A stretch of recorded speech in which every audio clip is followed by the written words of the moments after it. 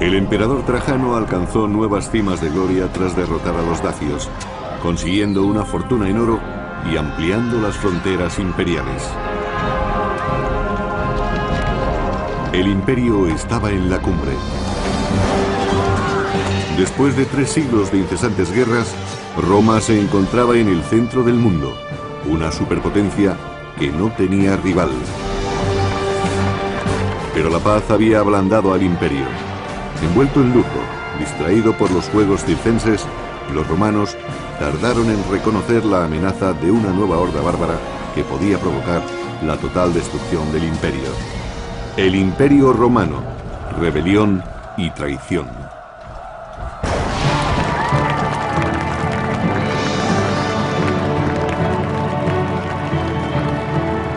$200 años después de la muerte de Julio César, el imperio se encontraba en un buen momento. La paz y la prosperidad habían proporcionado a Roma una era de oro y plata, algo demasiado bueno. Desde luego la paz les permitió concentrar todas sus energías en el interior, sin preocuparse demasiado por los asuntos militares del imperio. En Roma flotaba un aire de prosperidad generalizada en el que comenzó a cultivarse diferentes tipos de arte. Sin embargo, las consecuencias podrían ser muy negativas. El pueblo romano se acostumbró a la paz y a una vida tranquila. No quería luchar. Y su ejército ya no estaba tan preparado como antes. Pero los bárbaros de las fronteras no paraban de realizar incursiones en busca de los puntos débiles en los límites del inmenso imperio. En el año 160 después de Cristo, la frontera se extendía por 3 continentes. 400.000 soldados protegían los 50 millones de personas que tenían la suerte de vivir en ellos. En Roma, los 2 jóvenes herederos del trono imperial llevaban una acomodada vida en el palacio de su padre.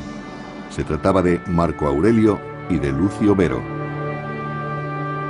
Procedentes de 2 familias aristócratas diferentes, fueron adoptados de niños por el emperador Antonino Pío, que no tuvo hijos varones.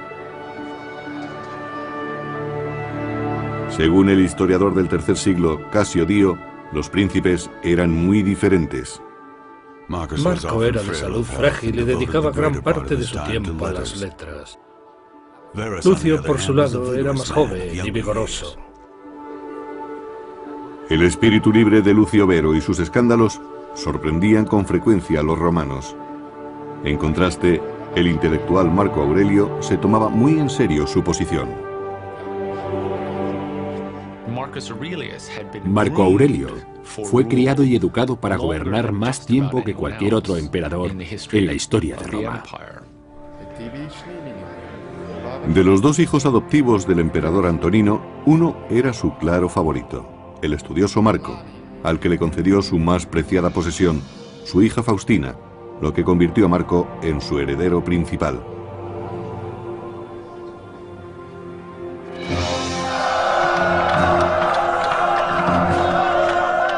En el año 161, cuando murió el emperador Antonino, Marco y Lucio Vero ascendieron al trono con la aprobación de la guardia personal del emperador, la Guardia Pretoriana. Debió de resultar muy fácil para la Guardia Pretoriana aceptar a los 2 jóvenes como emperadores. De todos los soldados de Roma, ellos eran los que custodiaban el palacio, y por lo tanto habrían tenido contacto con los 2 príncipes durante muchos años. Para reforzar sus vínculos con la Guardia Pretoriana, les hicieron un generoso soborno. Les dieron una paga equivalente a varios años de salario de un guardia. Marco y Lucio Vero iban a necesitar la lealtad del ejército romano, pues la guerra acechaba en el horizonte. En el este, los partos invadieron Armenia, aliada de Roma, convirtiendo a Siria en vulnerable a sus ataques.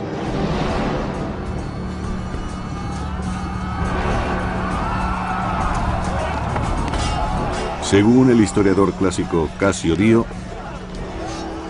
el general de los partos atacó a los romanos por todos los flancos, aniquilando a sus tropas junto con sus jefes.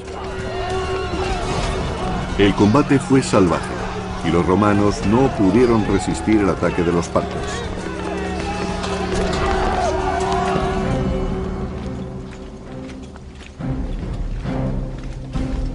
En el año 162, Roma no tuvo más remedio que enviar sus tropas a la guerra. Por primera vez en 2 generaciones, un emperador, Lucio Vero, dirigía al ejército. Mientras tanto, su hermano Marco Aurelio permaneció en Roma. Realmente ninguno de los dos tenía experiencia militar. Marco, que era el mayor de los 2 emperadores, mandó a Lucio Vero al este para contener la amenaza. Vero partió de Roma y estableció un cómodo cuartel general en Antioquia, lejos del frente de batalla. Vero, o al menos sus burócratas, estaba en comunicación constante con sus militares en el campo de batalla. Realmente fue un líder ausente, pero su estrategia daría resultado si tenía buenos jefes militares. Afortunadamente para Vero, durante la campaña en Siria contó con uno de los mejores generales de su generación, Avidio Casio. Avidio había participado en política durante mucho tiempo, pero la guerra demostraría ser su principal talento. Era un general de origen sirio muy experto y tenía contactos con la nobleza de Oriente. Vero se limitó a permanecer en Antioquía dando fiestas mientras Avidio dirigía la campaña.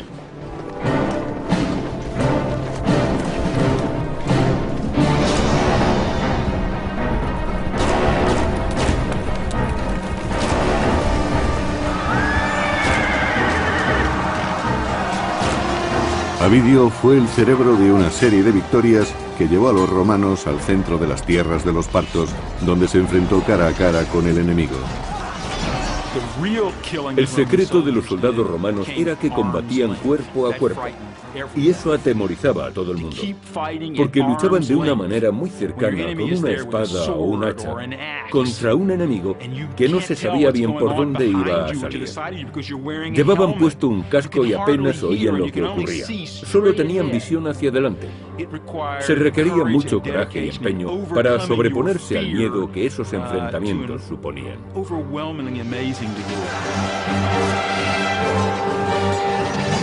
A lo largo de los siguientes 3 años, Avidio y sus tropas arrasaron brutalmente Partia.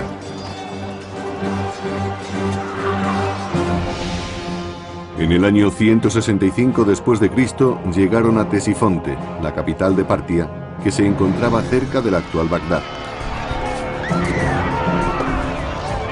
Los romanos saquearon salvajemente la antigua ciudad, según el historiador clásico Casio Dio.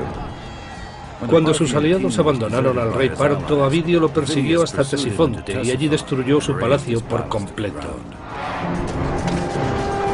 Pero el control se le escapó de las manos, pues sus soldados saquearon los templos de los dioses locales y robaron los vasos sagrados, entre otros tesoros. Era un sacrilegio violar templos, ya que el castigo divino por este crimen llegaba pronto y con furia. Los soldados contrajeron una enfermedad mortal, posiblemente la peste bubónica. Los romanos salieron de Ctesifonte repletos de gloria, pero sin saberlo, llevaron consigo la peste.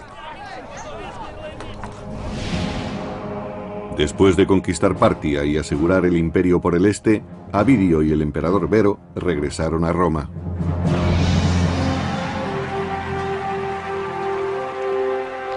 La ciudad les rindió honores por tan gloriosa victoria organizando un magnífico desfile, fiestas públicas y combates de gladiadores. Todo formaba parte de un espectáculo conocido como triunfo. Miles de personas acudieron a ver desfilar al ejército, agitaban banderas, les arrojaban flores y les vitoreaban. Tras las tropas seguía una inmensa exhibición de cautivos, botín y montones de armas capturadas. Fue una demostración de triunfo grandiosa. Tras meses de preparación y al costo de una pequeña fortuna, el triunfo resulta a veces una experiencia para toda la vida. Vero lo celebró con su nueva esposa, Lucila, hija de su hermano y coemperador Marco. En la época de Marco Aurelio y Lucio Vero, su generación no había crecido sin conseguir ningún triunfo. Por eso aquella victoria resultó un hecho de gran importancia. Marco Aurelio no pudo disfrutar las festividades, pues sabía que la campaña del Este había dejado exhausto al ejército romano.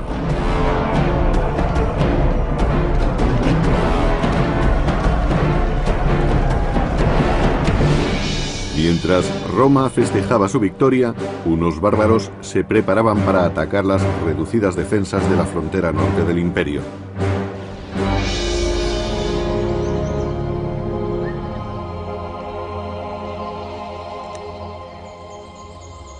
A lo largo de la frontera norte, los legionarios que protegían las fortificaciones eran demasiado escasos. Fueron pocos los que regresaron de la contienda del Este. La guardia resultaba un objetivo fácil para las tribus bárbaras que se escondían entre los bosques.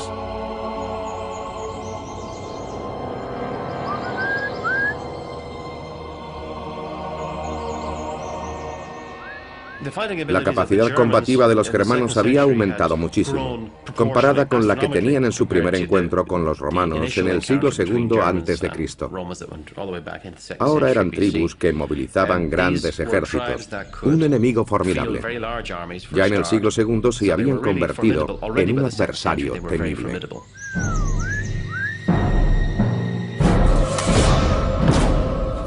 En los límites del imperio, las escasas tropas de Roma estaban condenadas. Los oscuros bosques de Germania iban a ser su tumba.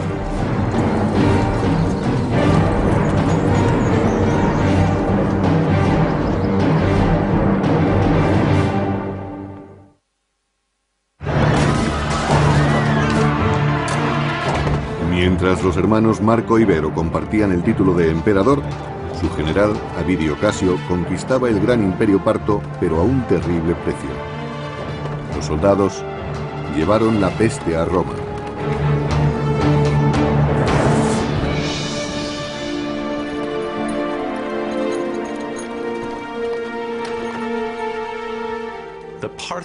La guerra contra los partos sostenida por Lucio Vero, el hermano adoptivo de Marco Aurelio, pareció ser la causante de una peste que invadió la cuenca mediterránea y que provocó una inmensa mortandad en todo el imperio romano. Durante el reinado de Marco Aurelio, pereció un elevado porcentaje de romanos. Las estimaciones oscilan entre el 10 y el 25%. Debió resultar mucho peor en los grandes centros de población, donde los muertos tuvieron que ser enterrados uno encima de otro.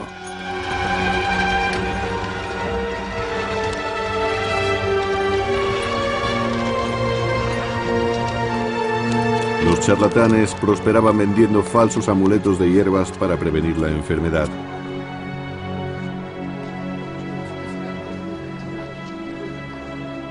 Decían que la peste era un castigo de los dioses por haber saqueado los templos de los partos. El emperador Marco debía expiar el pecado por medio de un sacrificio. La única respuesta posible de un emperador romano ante un gran desastre natural como la peste era tratar de recuperar el favor de los dioses por medio de sacrificios y demostraciones públicas de devoción hacia las deidades.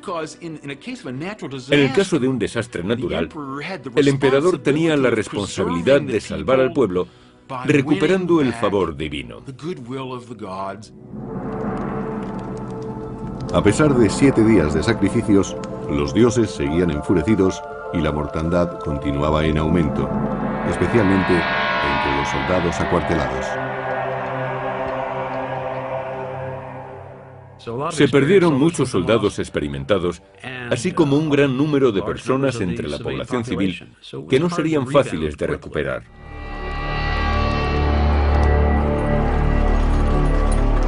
Herido, el imperio se estaba debilitando. Mientras, sus enemigos se preparaban para asestarle un golpe mortal. En el año 167, 6.000 bárbaros germanos cruzaron el Danubio e invadieron la provincia romana de Pannonia. Saquearon a los desprotegidos provincianos, asaltando pueblos y capturando cientos de rehenes. Algunos bárbaros quisieron apoderarse de suelo romano. No sabemos si se trataba de una incursión o si querían emigrar, pues muchas tribus conocían las ventajas de la civilización romana y querían aprovecharse de ellas. Las incursiones fueron frecuentes y a Marco Aurelio le resultó difícil movilizar sus tropas para mantener el orden. Durante varios días de agonía, los bárbaros atacaron la indefensa provincia de Pannonia. Las legiones romanas estaban demasiado lejos y dispersas por la vasta frontera imperial. Cuando llegaron los legionarios, los feroces germanos casi los aniquilan. Creo que muchos habían imitado el estilo e incluso habían capturado equipo romano. El ejército germano de tiempos de Marco Aurelio debía de ser un enemigo formidable. Cuando la primera oleada empezaba a flaquear, acudieron más soldados romanos desde otros puntos de la frontera. Su sincronizado ataque de caballería, junto con tropas de infantería, forzó a los bárbaros a retirarse.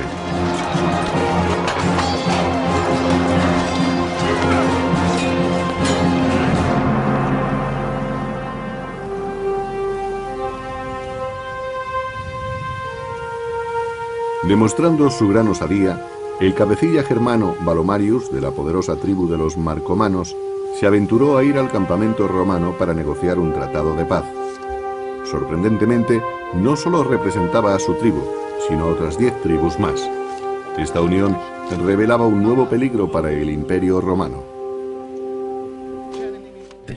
Marco Aurelio se enfrentaba a una amenaza distinta a la que vieron los emperadores anteriores. Las tribus se habían organizado, probablemente debido a la influencia romana. Algo irónico.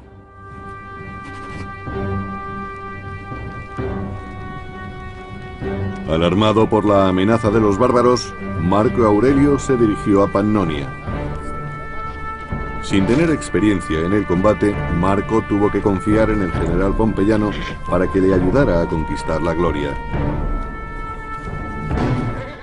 Durante siglos, los germanos habían realizado incursiones a través del Danubio para robar ganado, esclavos y bienes. ¿Por qué Roma quería ahora organizar una expedición de castigo contra aquellos bárbaros? En mi opinión, Marco Aurelio quería participar en una operación militar de cierta envergadura para mejorar su imagen en Roma. Aunque el hermano de Marco, el emperador Lucio Vero, también se unió a la campaña, estaba ebrio y no se encontraba bien. Antes de llegar a la frontera, Vero sucumbió a la peste y toda la expedición tuvo que regresar.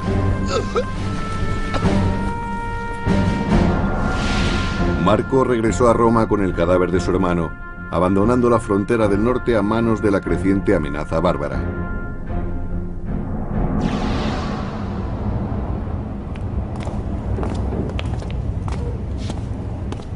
En la corte se enfrentó a una crisis. Las numerosas guerras habían dilapidado el tesoro imperial. No quedaba dinero para una nueva expedición contra los germanos. La mayoría de los oficiales debía ser lo suficientemente rica como para que la ausencia de una paga no tuviera gran importancia. Pero los soldados vivían al día y si no había conquistas, no había botín. Marco Aurelio recurrió a medidas extremas de acuerdo con la historia augusta. Marco subastó su propio mobiliario imperial. Vendió copas de oro y cristal, incluso los vestidos de seda con pedrería de su mujer. Es como si la familia real británica anduviera mal de fondos y subastase las joyas de la corona para conseguir dinero. A esto lo llamaría un trabajo de relaciones públicas, porque no se puede conseguir dinero para financiar una guerra vendiendo vajillas, que es más o menos lo que hizo el emperador. Sin embargo, demostró que estaba dispuesto a hacer un sacrificio personal para el bien común. El mismo tipo de sacrificio que los americanos hicieron comprando bonos de guerra durante la Segunda Guerra Mundial.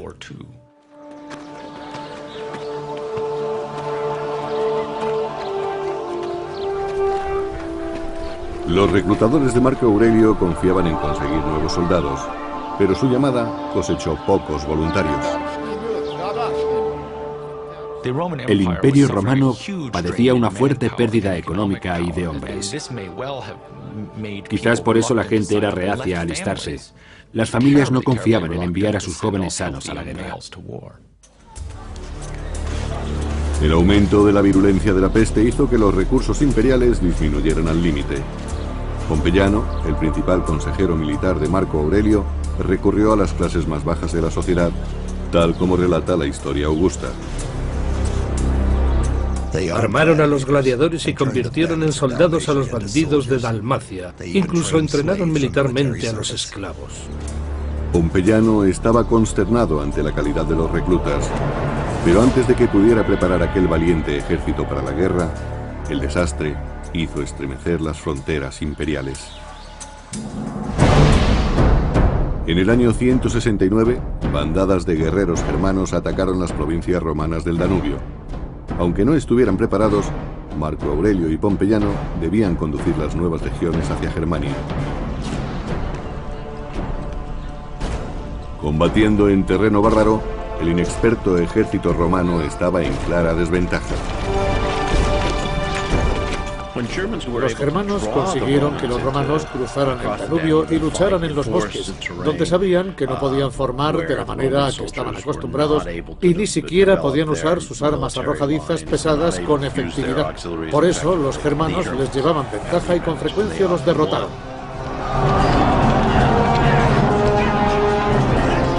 En la primavera del año 170, las dos mayores tribus germanas, la de los marcomanos y la de los cuados, se aliaron contra los romanos y los derrotaron.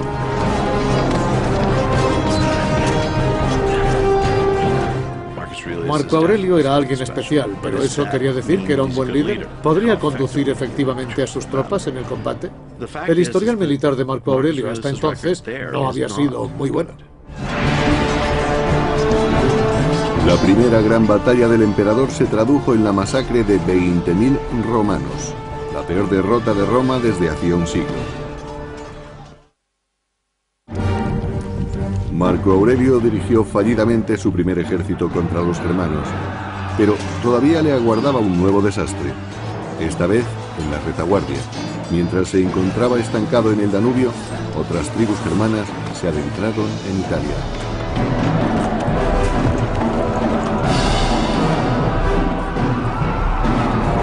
En el año 170 después de Cristo, los bárbaros se abalanzaron y saquearon la rica ciudad portuaria de Aquilia, cerca de la actual Venecia. Era la primera vez en 3 siglos que los bárbaros se adentraban en Italia.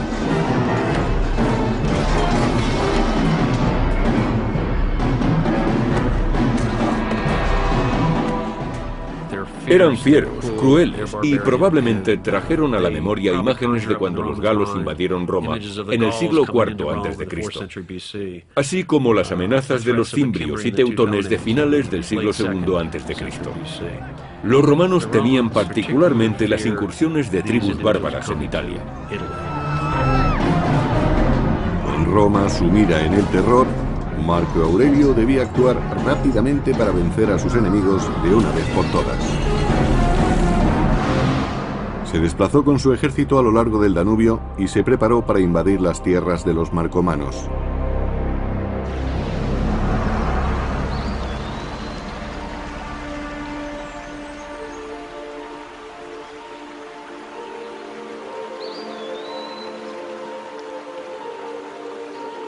Los fríos bosques del norte resultaban extraños al emperador romano. Solo y lejos del único hogar que había conocido, se adaptaba mal a la dura vida del ejército. Su salud empeoró. Sabemos que el antiguo y famoso médico Galeno trató personalmente a Marco Aurelio durante un tiempo. Le preparaba una medicina que debía tomar todos los días, tanto para curar sus enfermedades como para prevenir otras. En particular la peste, que seguía haciendo estragos entre sus tropas. Con la muerte fija en su mente, Marco Aurelio escribió sus pensamientos más íntimos en un diario conocido como Las Meditaciones, que se sigue publicando en la actualidad y que nos muestra a un hombre que lucha contra su suerte. No te comportes como si fueras a vivir 10.000 años. La muerte pende sobre ti. Mientras vivas y puedas, compórtate como un hombre decente. La filosofía le enseñó una manera de enfrentarse a la crisis y a los terribles problemas que diariamente tenía que resolver en el Danubio. La soledad de los bosques germanos era muy diferente del caos y la sangría a la que Marco se enfrentaba en el campo de batalla. Organizó una serie de incursiones contra las tierras de las tribus más peligrosas, los sármatas, los cuados y los marcomanos.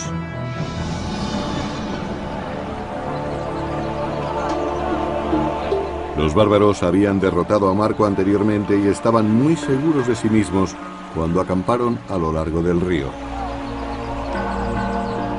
Pero Marco había aprendido de su enemigo y abandonó las formaciones en línea en favor de unas más pequeñas y móviles, llamadas unidades de vexilarios. Estas unidades dieron a su ejército una mayor flexibilidad para maniobrar entre los árboles. Era una nueva forma de guerra, distinta, muy diferente a la que algunos veteranos habían mantenido con formaciones cerradas y tácticas convencionales contra los partos en Oriente Medio.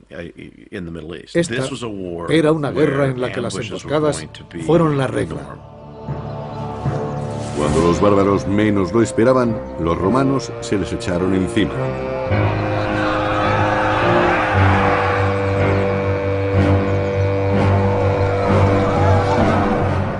En el centro de un combate, el soldado romano se encontraba en una situación muy peligrosa, en la que tenía que administrar la adrenalina que le permitiría luchar. Debía permanecer tranquilo aunque tuviera el corazón a punto de estallar. Tenía que dejar a un lado el pánico natural que afecta a todos cuando se está a un paso de un frente que es igual de peligroso para todos.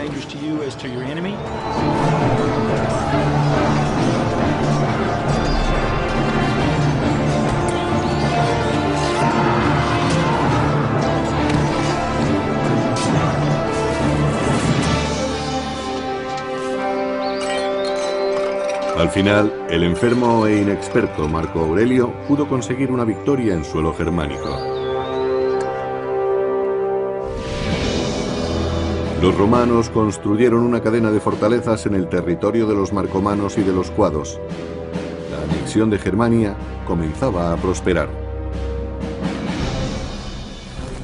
Pero los germanos atacaron fieramente las fortificaciones. Con el orgullo herido, los bárbaros organizaron ataques bien coordinados contra las guarniciones imperiales. Los germanos que atacaban a Marco Aurelio en el bosque no eran los salvajes vestidos con piel de oso, escudos de madera y grandes hachas que vemos en Hollywood.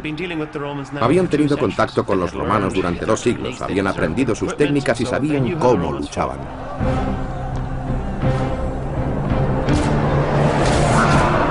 Si conseguían abrir una brecha en las fortificaciones, los romanos sabían cuál sería su suerte. Pero en los fuertes, Marco Aurelio visitaba a sus hombres alentándolos y exponiéndose al mismo peligro que ellos. Debía conocer muy bien el alcance de su responsabilidad, algo que aprobamos totalmente. Si tenía que enviar a sus hombres a la muerte en combate, debía estar con ellos e interesarse por la campaña. Cuando la situación se tornaba más crítica, Marco Aurelio recurrió a los dioses paganos, ofreciéndoles sacrificios y pidiendo su ayuda contra las hordas germanas. Y ellos le contestaron con un milagro, según la historia augusta, escrita en el siglo IV. Firme en la tierra, oró a los dioses y pidió que un rayo cayera del cielo contra sus enemigos. Por supuesto, los bárbaros consideraron que el rayo era un mal presagio y que los dioses favorecían a los romanos. Debido a esa creencia, tuvieron que enfrentarse a una situación muy difícil. En las mismas puertas de la fortificación, los aterrorizados bárbaros rompieron filas y huyeron. Los romanos se habían salvado. Asombrados, los soldados de Roma vitorearon a Marco Aurelio y le dieron un nuevo título: Germánico, el conquistador de Germania. Con mucha perseverancia, disciplina y milagros, según algunos, el emperador Marco Aurelio consiguió ventaja en su lucha por la conquista de Germania.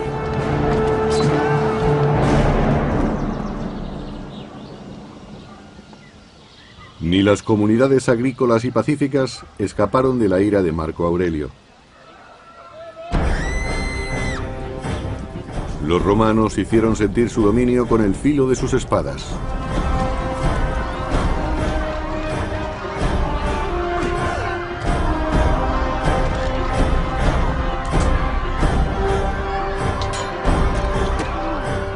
Muchas de las guerras contra los germanos acabaron en genocidio. Los romanos atacaban las poblaciones arrasándolo todo y llevándose a mujeres y a niños para venderlos como esclavos. También cortaban la cabeza a los enemigos para obtener recompensas. Los romanos celebraron aquel terrible conflicto erigiendo un gran monumento conmemorando las campañas germanas de Marco Aurelio, la Columna Aureliana. La columna aureliana recordaba una campaña brutal y horrible que el emperador mantuvo para la seguridad del pueblo. Tuvo un coste enorme y no resultó agradable. En las tierras de las tribus germánicas, Marco Aurelio creó dos nuevas provincias romanas, Marcomania y Sarmatia. Pero justo cuando la situación parecía estabilizarse, llegaron noticias alarmantes desde un lugar inesperado, Egipto.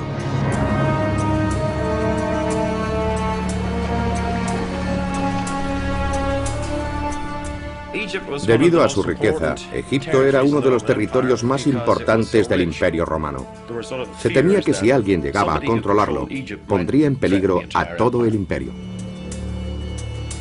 Estos temores demostraron estar bien fundados cuando los rebeldes egipcios dirigieron una sangrienta revuelta contra sus dueños romanos. El terror en el desierto fue en aumento.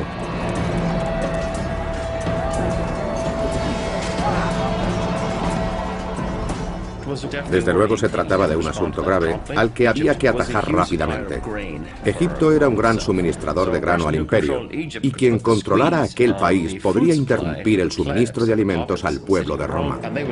Por eso presionaron al emperador para que resolviera la situación.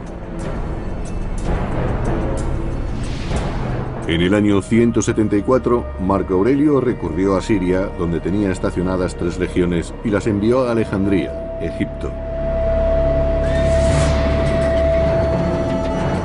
A la cabeza del ejército vengador marchaba uno de sus amigos más antiguos y en quien más confiaba, Avidio Casio. Marco Aurelio eligió a un general famoso y de éxito, Avidio Casio, para que ejerciera el mando superior en la mitad oriental del imperio, por encima de los gobernadores provinciales.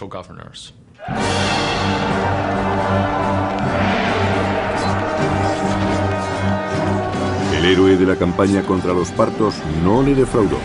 Avidio sofocó rápidamente la rebelión, asegurando Egipto y sus riquezas para el imperio.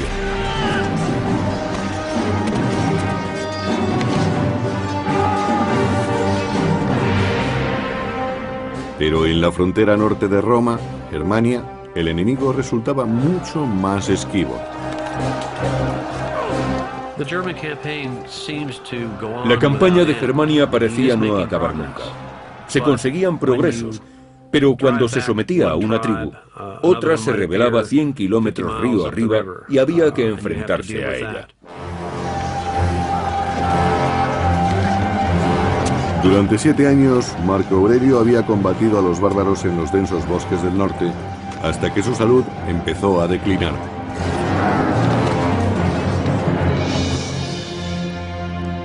En el año 175 cayó enfermo en la frontera con Germania. Tanto si fue a causa de la peste o de úlceras, su muerte parecía inminente. Su enfermera y esposa Faustina había vivido junto a él durante 20 años y ahora empezaba a preocuparse por su propio futuro. Para las emperatrices o princesas estaba claro el destino que les aguardaba si su hombre moría, caía en desgracia o era depuesto. Su esperanza de vida junto con la de sus hijos se podía contar en minutos. Tenían que asegurarse de que sus maridos estaban bien y contaban con apoyos.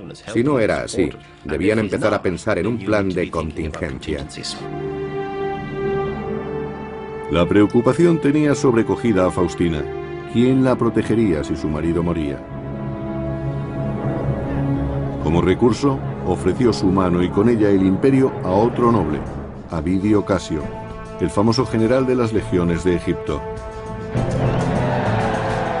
Ansioso de una gloria que creía merecer, Avidio decidió aprovechar la oportunidad de convertirse en emperador. Según la historia augusta,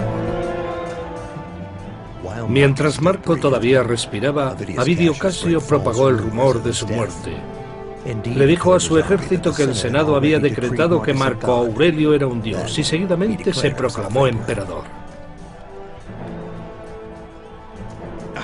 Es posible que Avidio creyese que obrando así beneficiaba al pueblo, que consideraba que Marco Aurelio era un buen emperador en muchos aspectos, pero no precisamente en asuntos militares.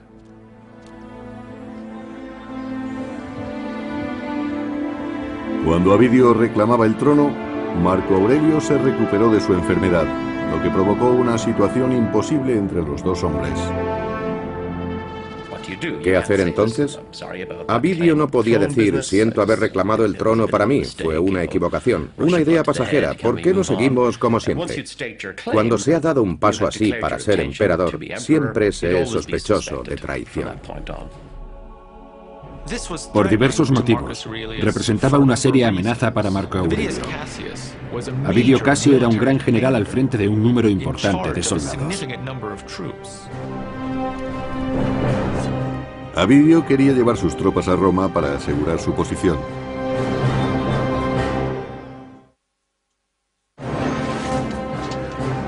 En el año 175 después de Cristo, Marco Aurelio, ocupado en la campaña de Germania, es traicionado por un amigo íntimo, Avidio Casio.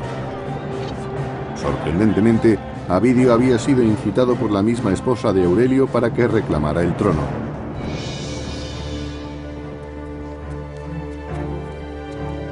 Marco Aurelio tenía que sofocar la rebelión de Avidio y encararse con la traición de su esposa.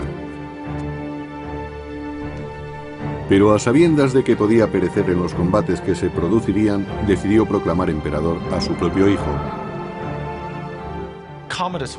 Cómodo no tenía entonces la edad suficiente para ostentar el poder del imperio. Pero parece que Marco Aurelio no pensó en nadie más que en su hijo para que le sucediera en el cargo. Mimado durante su infancia, Cómodo tenía que demostrar su aptitud para el mando y su valor como soldado. Aunque era el único hijo de Marco Aurelio, la elección no sería buena para Roma.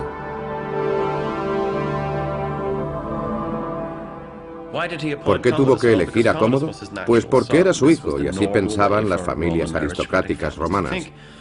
A lo largo de muchas generaciones, la alta clase senatorial y los aristócratas romanos mantuvieron la costumbre de promocionarse a sí mismos. Con el puesto de su hijo asegurado, Marco Aurelio se enfrentó entonces a su mujer, que lo había traicionado ante Avidio Casio. Pero, sorprendentemente, la perdonó. Después de todo, Marco Aurelio no castigó a Faustina. Era un hombre muy inteligente y quizá comprendiera sus motivos después de una conversación íntima. No se divorció de ella, ni la deshonró. Cuando preparaba a sus tropas para marchar contra la legión de su adversario, apareció un mensajero enviado por los soldados de Avidio. Habían destituido al usurpador con el deseo de evitar la venganza del emperador. Conocían muy bien cuál sería el precio de la traición. El procedimiento normal en estos casos era una ronda de denuncias, interrogatorios, torturas, exilios, ejecuciones y suicidios forzados. El mensajero llevaba un siniestro presente, la cabeza de Avidio Casio, el que fuera amigo del emperador. De acuerdo con el historiador Casio Dio, a Marco Aurelio le dolió tanto la muerte de Avidio que no quiso mirar la cabeza de su enemigo.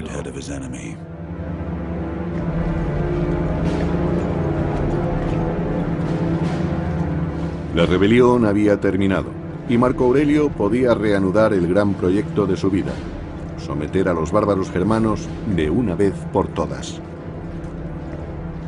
La rebelión había interrumpido su campaña. Por ello tuvo que redistribuir recursos, soldados y dinero, y eso habría ocasionado graves trastornos en sus planes. Los bárbaros aprovecharon aquellas distracciones. En el año 178, Marco Aurelio envió legionarios al Danubio para enfrentarse a una banda de rebeldes cuya violencia había ido en aumento. Era sobrecogedor enfrentarse a aquellos bárbaros que eran más altos, gritaban y olían mal. A veces los romanos recurrían a la bebida para calmar los nervios e ir al campo de batalla. Marco Aurelio debía someter a sus enemigos o sus duros años de trabajo en la frontera no habrían servido para nada.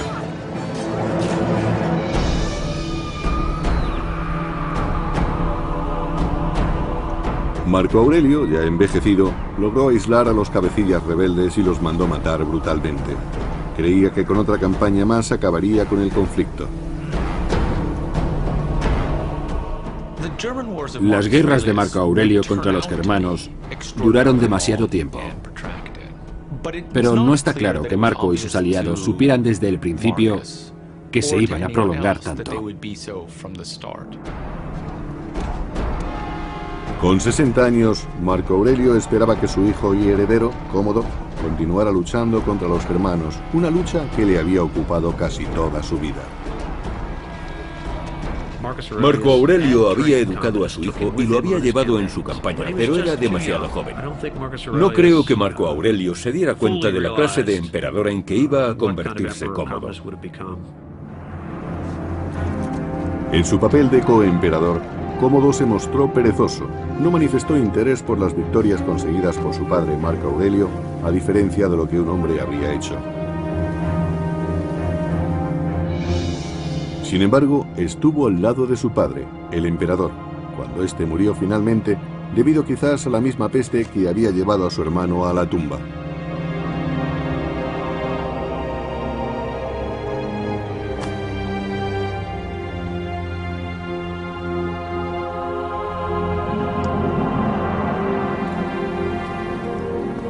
Con solo 19 años, Cómodo no tenía la paciencia suficiente para sostener una guerra y anhelaba la buena vida de Roma. Cómodo no tenía ni el liderazgo ni la visión de su padre, y quiso terminar rápidamente con las largas campañas del Danubio. Una medida que fue muy perjudicial para Roma.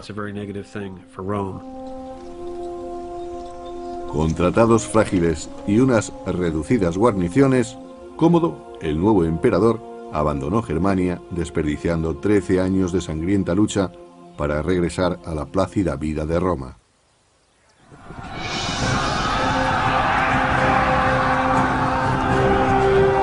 Sin la perseverancia de Marco Aurelio, el gran imperio se enfrentó como claro perdedor ante las tribus bárbaras. Cuando alguien se enfrenta a una tormenta perfecta de mala dirección, mala suerte y amenazas exteriores, se encuentra en una situación realmente difícil. Lo que descubrieron, por lo menos en tiempos de Marco Aurelio, es que no podían enfrentarse al mismo tiempo a incursiones más que en un número limitado de puntos de la frontera. La suerte iba contra Roma. No volvería a tener otro emperador como Marco Aurelio. De acuerdo con Dio, fue el comienzo del fin. Nuestra historia empezó a salir de un reino de oro y plata para entrar en uno de hierro y polvo. 31. Cuando murió el emperador Antonino, Marco y Lucio Vero ascendieron al trono con la aprobación de la guardia personal del emperador, la Guardia Pretoriana.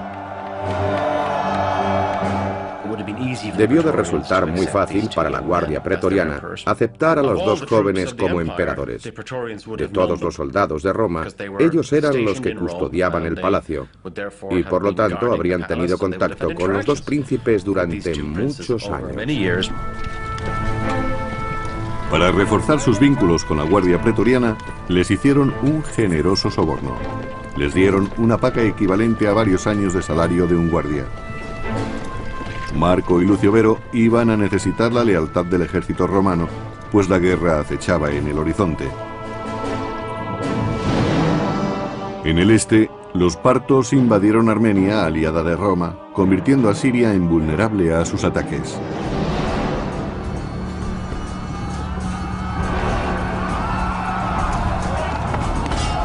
Según el historiador clásico Casio Dio, el general de los partos atacó a los romanos por todos los flancos.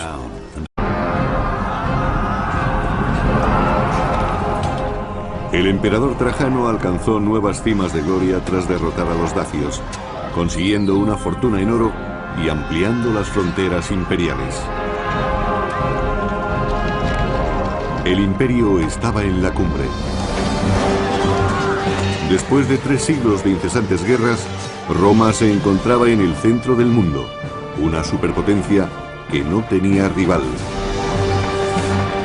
Pero la paz había ablandado al imperio.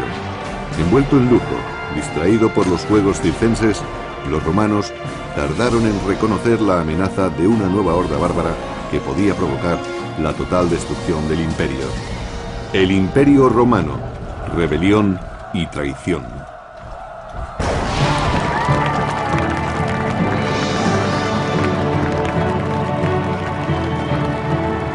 $200 años después de la muerte de Julio César, el imperio se encontraba en un buen momento. La paz y la prosperidad habían proporcionado a Roma una era de oro y plata, algo demasiado bueno. Los aristócratas diferentes fueron adoptados de niños por el emperador Antonino Pío, que no tuvo hijos varones. Según el historiador del tercer siglo, Casio Dio, los príncipes eran muy diferentes. Marco era de salud frágil y dedicaba gran parte de su tiempo a las letras. Lucio, por su lado, era más joven y vigoroso. El espíritu libre de Lucio Vero y sus escándalos sorprendían con frecuencia a los romanos. En contraste, el intelectual Marco Aurelio se tomaba muy en serio su posición. Marco Aurelio fue criado y educado para gobernar más tiempo que cualquier otro emperador en la historia de Roma.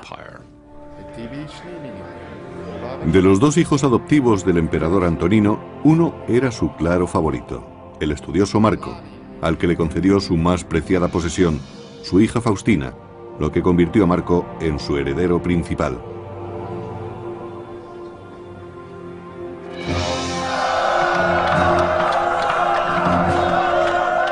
En el año 160... aniquilando a sus tropas junto con sus jefes. El combate fue salvaje y los romanos no pudieron resistir el ataque de los partos.